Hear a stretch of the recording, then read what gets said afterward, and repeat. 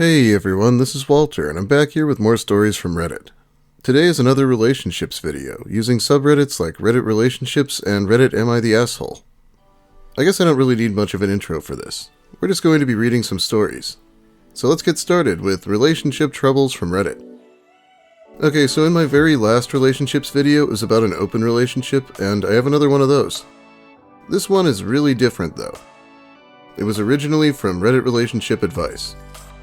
My, 49 male, wife, 46 female, is trying to violate the rules of our open marriage because she doesn't like my girlfriend. My wife Kelly and I have been together for almost 20 years. We each travel frequently and for long periods of time for work/family, so several years ago we decided to open up our marriage. This was originally her idea and I wasn't sure how it would go, but it's been great. It takes the pressure away from the time that we do get to spend together between travels. It took about 2 years to completely figure out the rules that worked best for us, but it's been working perfectly ever since.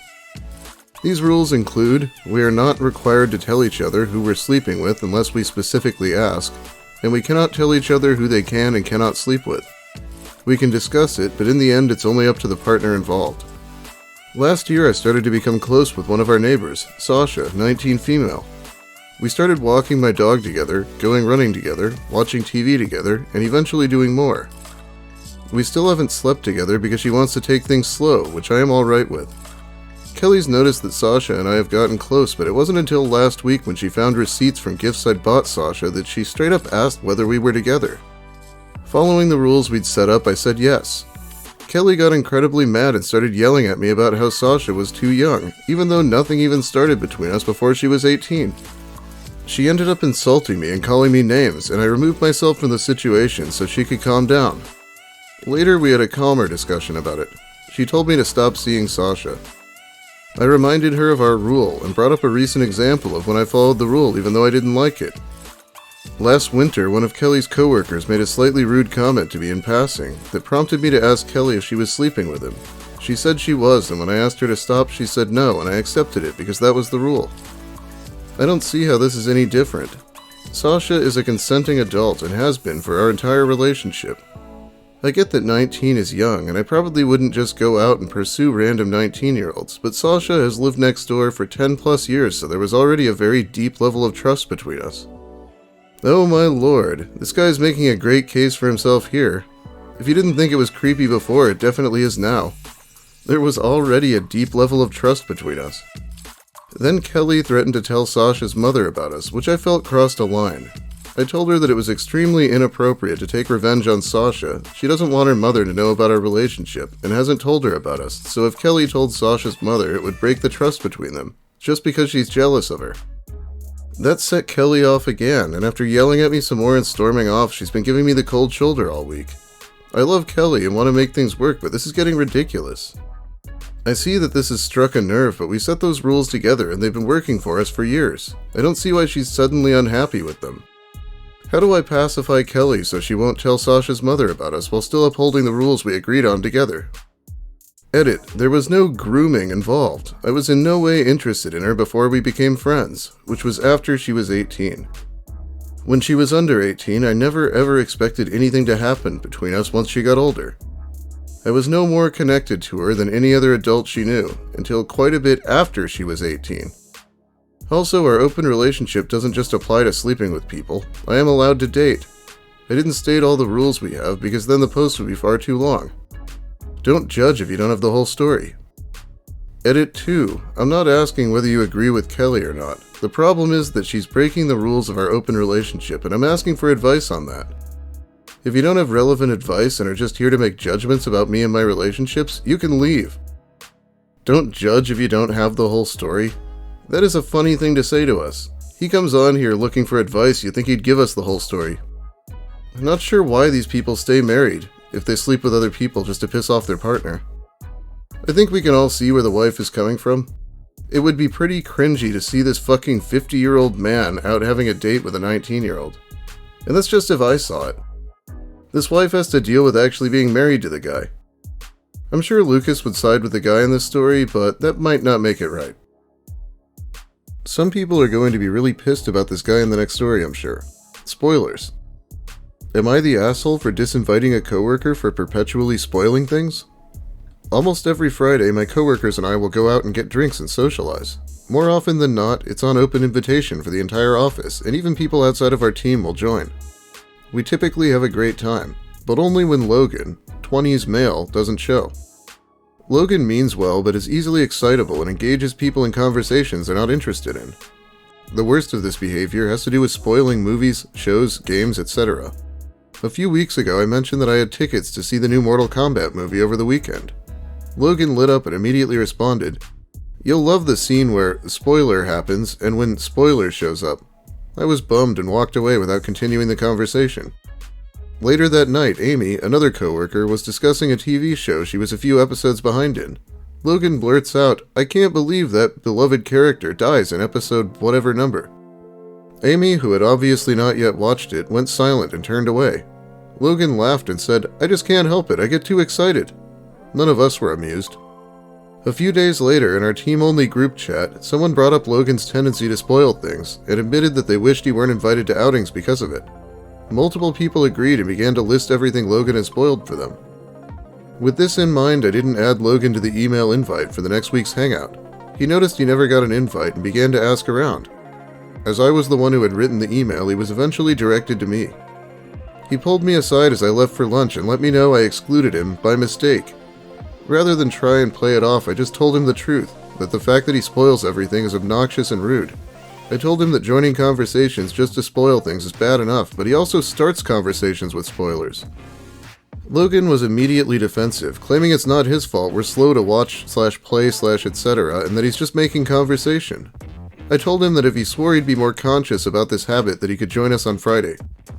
He came and, lo and behold, spoiled the plot of a movie I wanted to see in theaters. Out of frustration, I called him a dick and told him this is exactly why no one socializes with him. He left soon after, and even though I said what everyone was thinking, I felt like the asshole. Am I the asshole? Edit, Part 1. A few weeks ago, we had lunch catered and all joined in the break room. A coworker had brought a book to read during lunch, and Logan saw the cover, pulled up the Wikipedia, and read the entire synopsis aloud, including the big twist ending. I asked him why he would do that, and he responded, "Why not?" Edit, Part 2. The book was Gone Girl by Gillian Flynn.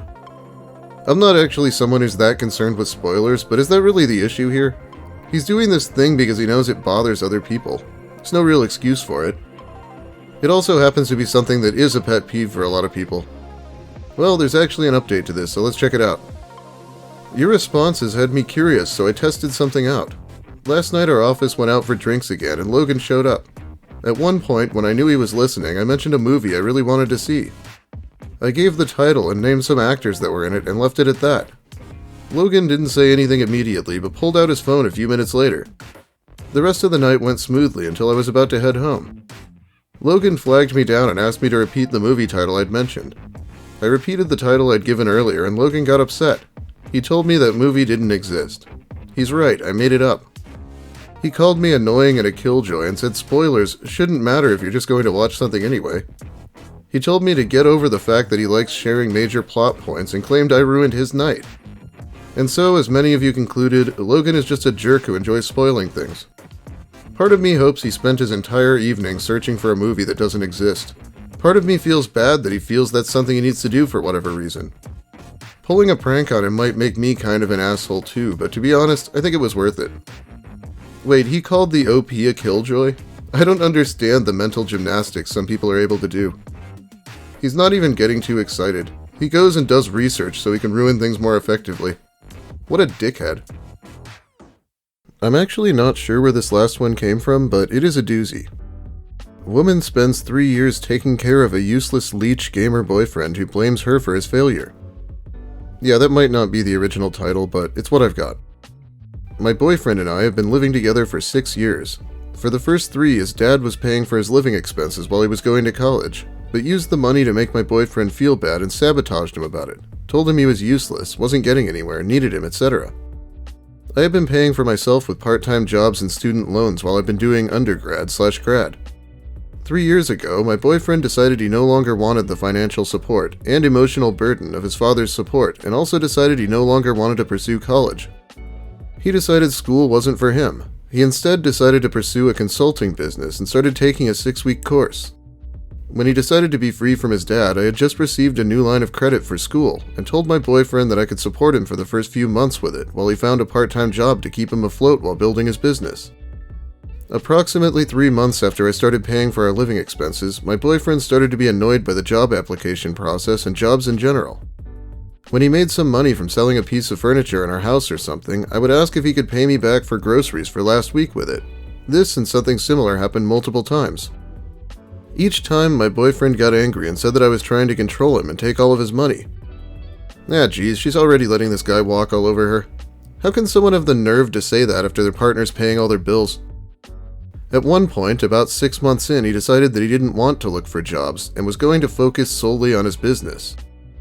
I told him that I needed him to do a job part-time at the same time because I couldn't pay for everything on my own. At that point and up until now, he has told me that because I said that, I don't believe in him and I don't support him.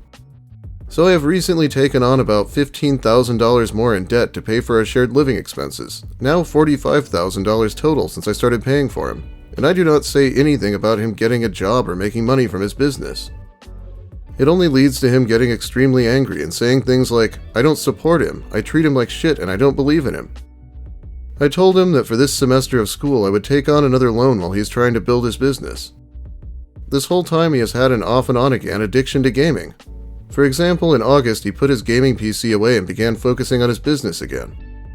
1 month later he took it back out and has been gaming every day since, and his business is yet to be built and profitable. I continue to pay for everything.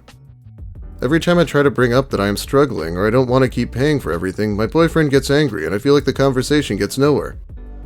He says that he wants to make money. He wants to make thousands by the end of the year, and I know that's true, but he struggles with depression and his gaming addiction, and he blames me for the fact that he's unsuccessful. He says that our fights and relationship is what has kept him from getting his business running. But he doesn't want to break up. He wants to work through it. Here are the options I have come up with, but I'm not sure about them. I continue paying for everything, which is stressful when every month we are taking on debt. All the debt is in my name, and there is no time soon I can see where this changes. This stress is taking a lot from me emotionally, which makes it hard to focus on my grad school. I learned to love being a provider, and somehow learned to make enough money where I can pay for everything without getting into debt, and doing things I like because we actually have enough money for me to buy a new outfit. Or I somehow ask him nicely to move out and start covering his own expenses because I believe that he needs to learn to be independent. Not necessarily break up, but change the nature of our relationship. How do I go through any of these conversations, or are there other options? I know many might say break up, but I am really wondering if others can see a perspective for how we can talk about this or how I can go about this without breaking up. No, the author has pretty much given us a comprehensive list of reasons why she should break up with this guy. He hasn't pulled his weight in a really long time, so clearly he doesn't feel like he needs to. Not only that, but he's really touchy about it.